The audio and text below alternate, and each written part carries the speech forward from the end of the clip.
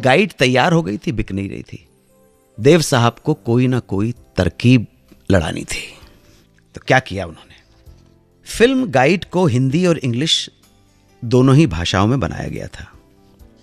English version को direct किया था टेड डैनियल्सकी ने और हिंदी डायरेक्ट की थी विजय आनंद जी ने, देव साहब के छोटे भाई ने, गोल्डी साहब ने। जब गाइड के इंग्लिश वर्जन को रिलीज किया गया तो निर्माताओं से यह भूल हो गई कि उन्होंने इस फिल्म को सिर्फ मुंबई में रिलीज किया और दुर्भाग्य से ये गाइड का वर्जन, इंग्लिश वर्जन लोगों को पसंद नहीं आया।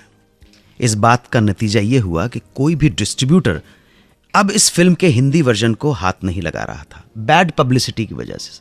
इंग्लिश वर्जन की बैड पब्लिसिटी हो गई तो उन्होंने कहा हिंदी वर्जन भी गड़बड़ होगा, हम नहीं लेंगे।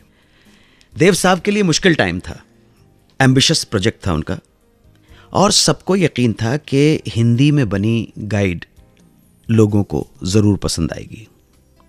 हिंदी वर्जन में हिंदुस्तान के मनस को ध्यान रखते हुए उस तरह के इमोशंस भी डाल दिए गए थे।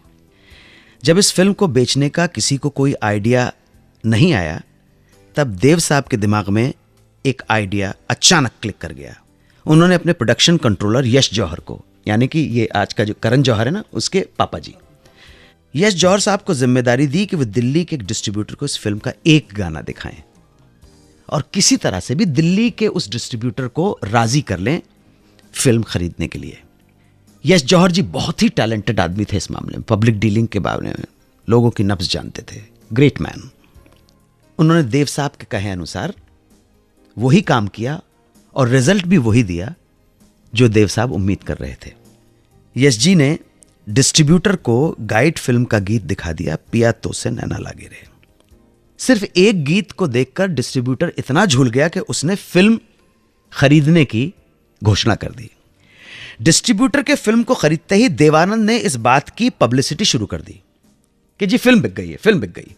पब्लिसिटी कुछ ऐसी थी कि दिल्ली का जो डिस्ट्रीब्यूटर है उन्होंने गाइड को बेहतरीन प्राइस में खरीदा। इतनी हाइप कर दी पब्लिसिटी जिसका रिजल्ट यह निकला कि बाकी टेरिटरी के डिस्ट्रीब्यूटर्स ने भी इस फिल्म को धड़ाधड़ खरीदना शुरू कर दिया।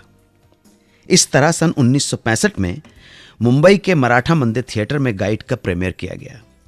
हालांकि ओपनिंग बहुत सुस्त रही, मगर उसी वक्त संयोग से, दुर्भाग्य से गुजरात में आ गया अकाल और फिल्म की कहानी भी कुछ ऐसी ही थी जिसमें फिल्म का हीरो राजू अकाल खत्म करने के लिए 12 दिन का उपवास करता है और उपवास करते हुए उसकी मृत्यु हो जाती है और उसके बाद बारिश आती है।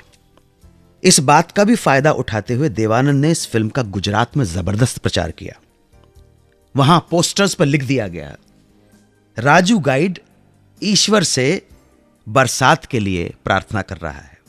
इतना बड़ा असर हुआ लोगों पर कि फिल्म ने गुजरात में मनाई सिल्वर जुबली, फिल्म गाइड। वापस आकर बताऊंगा उस अभिनेता के बारे में जिसकी फिल्में जब फ्लॉप होने लगी तो हो गया एक्टिंग से उसका मोह भंग, डिसल्यूजन जिसे कहते हैं। मगर यही अभिनेता बाद में जाकर बन गया हिंदी सिनेमा का एक सक्सेसफुल प्रोड्यूसर। कौन था वो, क्या कहानी है इसकी, बताऊंगा वापस लौटकर। आप सुनते रहें सुहाना सफर विद अन्नू कपूर, सिर्फ 92.7 बिग एफएम पर। 92.7 बिग एफएम पर सुनते रहिए रेडियो का number 1 show Suhana suffer with Annu Kapoor.